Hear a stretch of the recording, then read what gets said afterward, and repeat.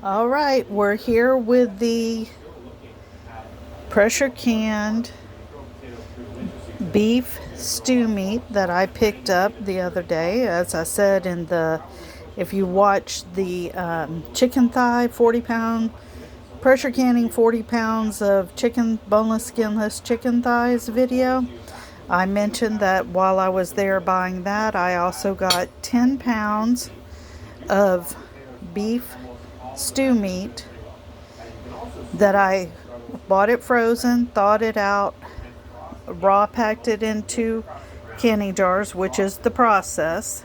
And thought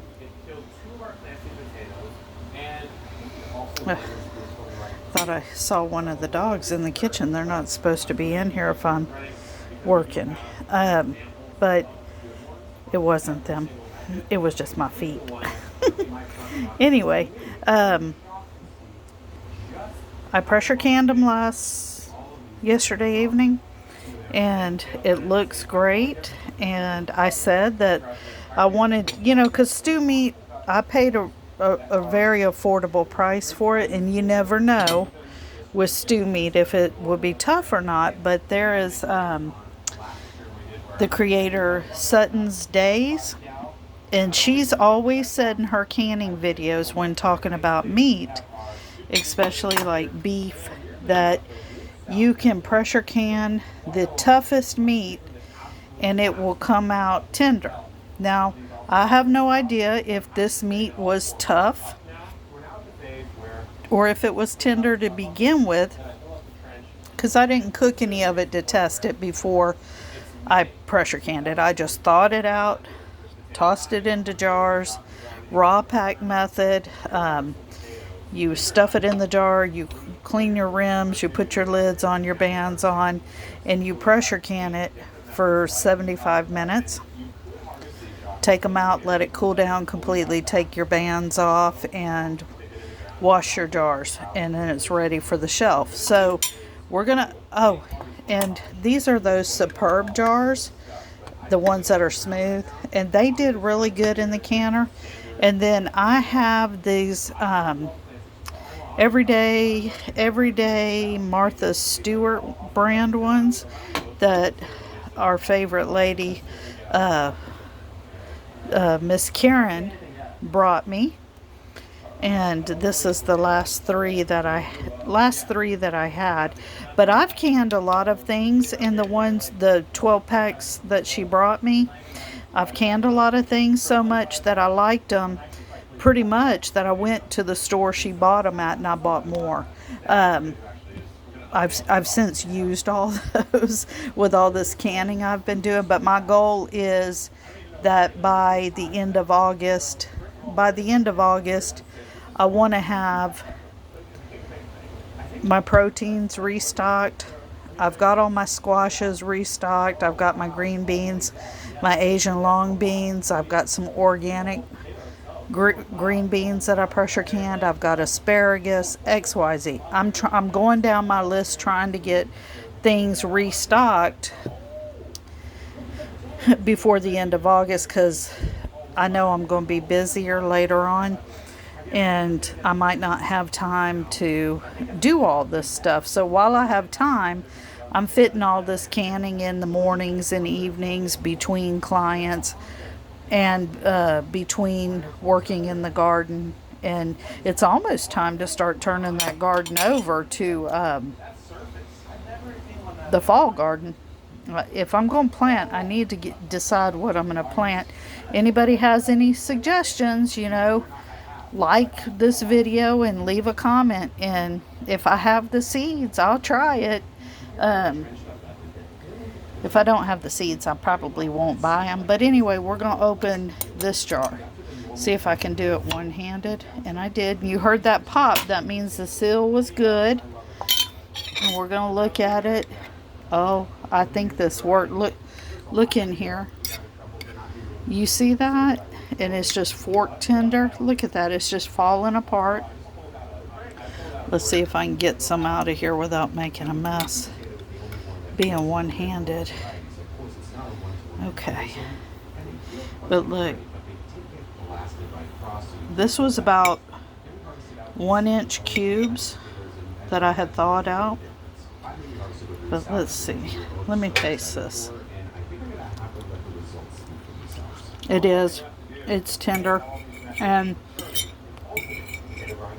I didn't do a lot of seasoning in it. In fact, all I put in it was salt, because with something like this, I'm going to reheat it in a skillet or in a stew or something, or in a make a roux gravy and serve it, because that's how the old toot likes it. He loves gravy.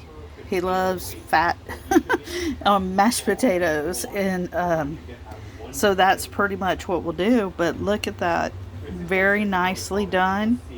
Now I could dump this in a skillet and reheat it and go ahead and make something with it, but I'm just going to put the lid back on and save it for tomorrow, because between working in the garden for like 3 hours today, the front garden and the back garden, don't be afraid to plant stuff in your front yard. Do it. Grow your groceries. But anyway, I spend about 1.5 hours in the front and 1.5 hours in the back, just cleaning up dead leaves and anything that looks funky, trimming and cleaning and watering, because it's 100 degrees here and it probably feels like 115. But my garden's growing strong, and I'm going to pay the water bill for it, I know, eventually. But in the meantime, everything's looking good. It's just if I don't water, it will die. But I spend a lot of time today doing that.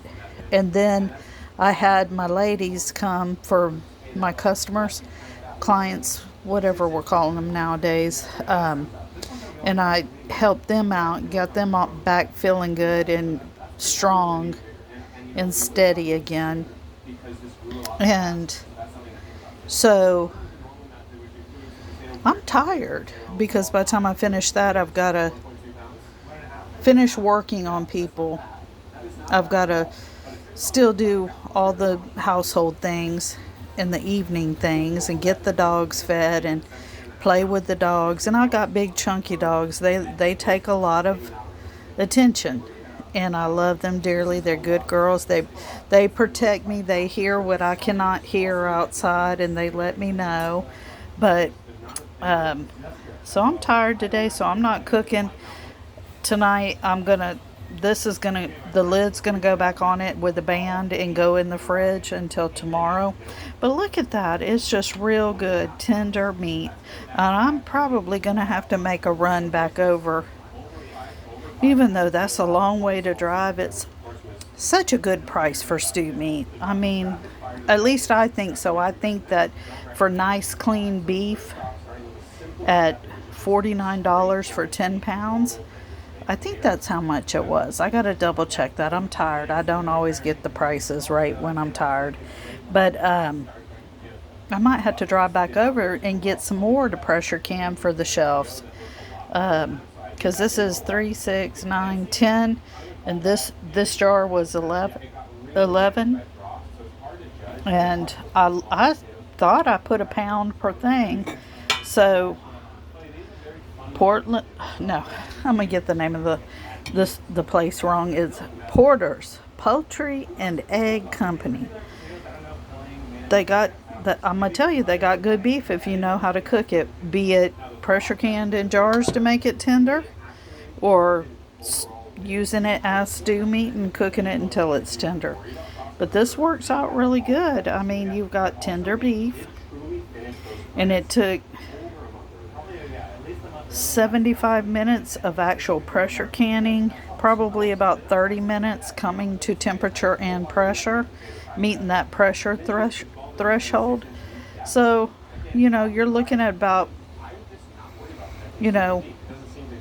hour and a half, 2 hours of time, and you've got 1, 2, 3, 4, 5, 6, 7, 8, 9, 10, 11 jars, and each jar will feed, depending on what you're cooking, 1 to 2 or 3 people.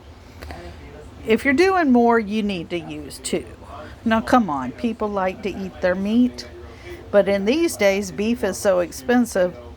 You know, they're going to be lucky if I put one jar in a stew or something.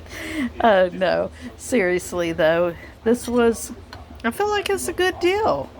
Tomorrow I'm going to cook up some of that bacon that I bought, the thin sliced bacon, that 15-pound box for $28.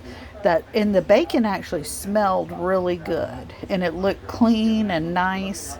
So I'm going to cook up some of that tomorrow so we can test that. But get your meats pressure canned, so if your fridges go out or your power goes out, you've got meat. All you have to do is get your little camp stove and a skillet and heat it up if the power was out. But also this makes it so you get off work and you want like real food. Like, I don't know, things you cook beef with, right? You just open a jar and do with it what you will, but you don't have to cook it for a long time to get it to be tender. You know, you can do all kinds of stuff with this. And maybe I'll think of a recipe that I feel like sharing and do one tomorrow or next week. Maybe we'll see. I've got to go out of town on Friday. I'm gonna leave my husband babysitting the dogs, and I'm gonna run and see my daughter. So I don't think I'm gonna be doing anything YouTube-ish on this weekend. We'll see. You never know. Something might happen, and I might decide to make some more videos, because it's just making videos of stuff I do. It's fun. But anyway, try pressure canning. It is not hard. If you need more detailed instructions, I'm going to point you towards Sutton's Days. I do not know her. I don't know her. I've been watching her videos and I follow her, learning to do all kinds of stuff. Or I'm going to point you towards Homestead Heart. She is wonderful too, and she does it all. I'm gonna tell you, that lady does it all, and the way she makes videos is so easy to understand and so educational at the same time. And then when in doubt and you need some common sense talk to you, go watch Lead Farmer, okay? But and then there's many other people you could watch, but for the most detailed stuff, I like Sutton's Days and Homestead Heart. But yeah, the Superb stuff worked. These work. But you just, pressure can to feed yourself and your family. Don't just do this to stick it on a shelf just in case. Do it to feed you and your family on a regular basis, and that way your stuff gets rotated in a timely manner. When you pressure can new beef, you put it towards the back and you use up what's in the front, just like a store. But that way you're not spending money you don't have, or spending money you have and being wasteful. You're using these things, and if you rotate them through like that, you're less likely to come across a bad seal, because you're using them before anything can go bad. Now these jars, their lids are supposed to be good for 36 months, up to 36 months. And that's a long time lid seal. But I don't leave anything on the shelf that long. I rotate it through, and then there comes times where I have to restock a bunch, like I've been doing this past couple of weeks. But yeah, this beef turned out to be a good deal. I need to get some more. And then, so the goal is, if you eat all types of meat, you want to have 1 jar available per week of the year. So of each type of meat. So you want to have 52 jars of beef, 52 jars of pork, 52 jars of chicken, right? And then in the other meals and the other days of the week, you want to supplement it with beans, eggs, fish, and veggies. And if you do that, you're going to be much healthier because you've got to think about what you're eating. But there's all different kinds of beans you can, and you can make so many different things with them. I just saw a recipe yesterday using butter beans cooked down in a skillet with olive oil, and then they added kale in and seasoning it, but I don't remember what they called it, but it looked so good that you can bet I'm going to pull some jars of butter beans off the shelf and try making that dish. I can't remember exactly what he put in it, but I'm going to try and look it up. But it looked so good. And then he served it with a toasted bread. But I think that would be wonderful with like thin sliced toasted sourdough bread. I think that would taste really good. But I like food. I am not 600 pounds, I promise you. If you are 600 pounds, nobody cares. You be you, you do you. If you're 120, 100 pounds, it's all your decision. I don't keep meat on stock and food on stock because I'm trying to eat all the time. I keep it because it's convenient, and I save a lot of money by doing this. Do you? We don't care if you're whatever size. Eat healthy. Can your food. Have it on the shelf so you know what you've got and you can make something quick. Anyway, I'm not going to go on a tangent about that stuff, but I'm going to tell you, this beef looks good, doesn't it? So it's going to be on the shelf. Get you some beef. Try pressure canning it. It's good. Y'all have a good evening. I'm tired. I'm done for the day.